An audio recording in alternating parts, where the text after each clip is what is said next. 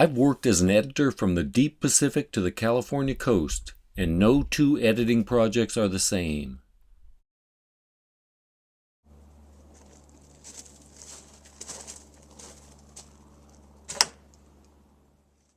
Sometimes you have to use blow dart precision to pin just the right words to the page.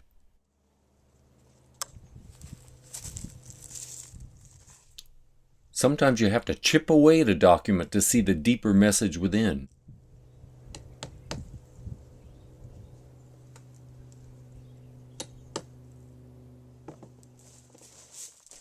And sometimes you need to cut the head off a document and just start over. Editing, it ain't for sissies.